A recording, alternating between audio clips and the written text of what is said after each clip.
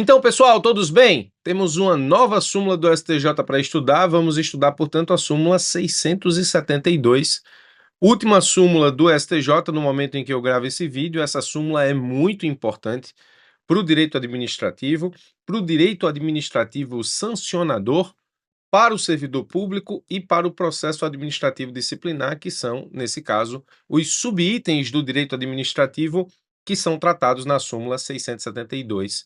Deixa eu te dizer que essa súmula tem uma estrutura de conhecimento pronta para cobrança na tua prova.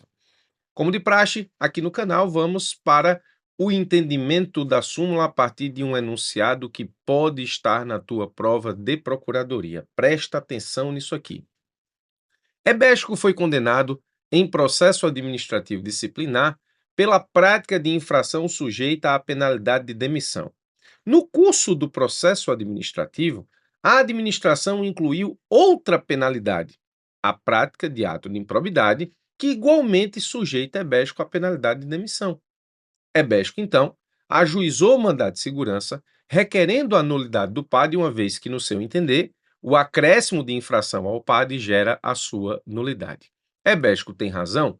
Fundamente a sua resposta. Então, agora você pausa o vídeo e tenta responder exatamente aquilo que foi questionado aqui pelo examinador, que no caso sou eu, sem a consulta de absolutamente nada, sem a ajuda de ninguém, porque ainda que você não consiga entregar a resposta desse enunciado, o simples fato de tentar vai fazer com que aquilo que eu vou te explicar a partir de agora seja absorvido de uma forma muito melhor codificada a título de neurociência da aprendizagem no que diz respeito à tua memória de longo prazo. Então, tenta responder, só depois volta e acompanha comigo a resposta do enunciado. Bom, antes de tudo, nós estamos diante de uma súmula nova. É uma súmula nova, mas todo entendimento que é um entendimento que ascende à condição de entendimento sumulado é um entendimento de jurisprudência consolidada. Trata-se de uma nova súmula, e isso faz com que esse assunto seja assunto da vez para cobrança em provas de concurso, sim, mas nesse caso não estamos diante de um entendimento novo do STJ sobre o ponto. O entendimento precisa ser consolidado para que se transforme em súmula. Antes, deixa eu explicar a importância dessa súmula. Nós estamos tratando de processo administrativo disciplinar.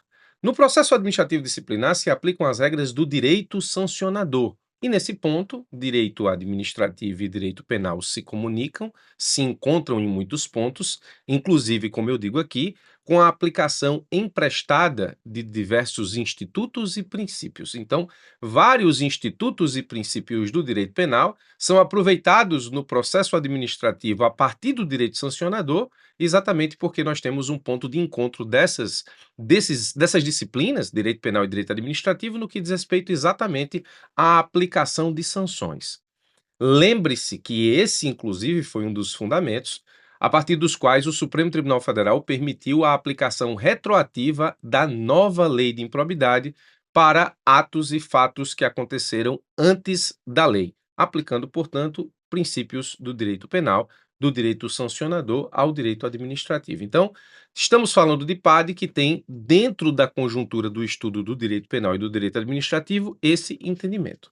Vamos à nova súmula do STJ, a súmula 672, que acaba respondendo aquilo que questionei no enunciado. A súmula diz assim, ó: a alteração da capitulação legal da conduta do servidor, por si só, não enseja a nulidade do processo administrativo disciplinar. Deixa eu ser bem sincero contigo, porque a súmula ela diz, mas não diz tudo. Ela diz pela metade. Então, só o entendimento da súmula a partir da leitura, a partir da gramática da sua redação, não funciona para o enfrentamento de provas subjetivas e provas orais, especialmente da advocacia pública. Eu vou fazer uma interpretação gramatical da súmula e logo em seguida eu vou efetivamente dizer como as coisas funcionam a título, inclusive, de fundamentos. Bom, as duas partes que eu chamo a atenção no que diz respeito à súmula, as duas passagens são essas. Atenção à expressão alteração e atenção à passagem por si só. Aqui nós temos dois pontos interessantes. Vamos lá. Quando a súmula diz a alteração da capitulação legal da conduta do servidor, essa alteração, cuidado, pode ser um acréscimo ou pode ser, nesse caso, uma mudança de infração. Essa alteração pode ser um acréscimo de infração, que é justamente o que aconteceu no nosso enunciado. A administração, no curso do PAD, vai lá e adiciona mais uma infração no que diz respeito às acusações que faz ao servidor. Ou a administração, no curso do PAD, pode trocar a infração que capitulou o PAD, nesse caso, no início, por uma infração que ela entende mais adequada aos fatos. Então, ela pode mudar a infração ou ela pode, nesse caso, adicionar uma infração. Todas as duas situações são permitidas a partir da expressão alteração da capitulação legal da conduta do servidor.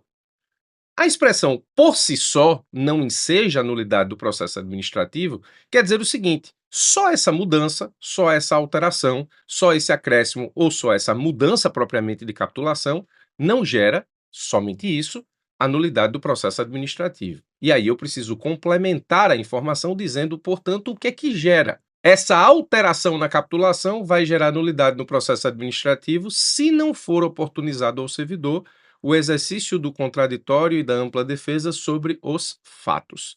E aqui uma coisa importante que diz o STJ: o servidor apresenta a sua defesa, exerce contraditório, exerce ampla defesa a partir dos fatos apresentados pela administração no processo administrativo disciplinar.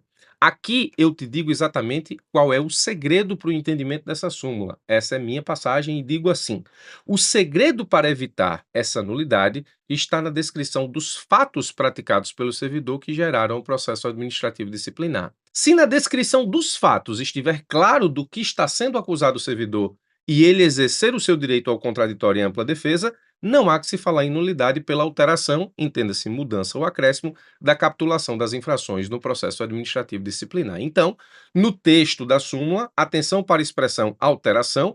Na sua prova pode cair se isso representa uma mudança de capitulação de uma única infração ou o acréscimo de uma infração, ou seja, o adicionamento de uma infração a mais no que diz respeito à infração anterior do PAD, e a expressão por si só, ou seja, só essa mudança não gera nulidade. Mas o que é que gera nulidade? O que gera nulidade é justamente não oportunizar ao servidor, em razão dessa alteração, a possibilidade do exercício do contraditório e da ampla defesa acerca dos fatos que estão listados no processo administrativo disciplinar.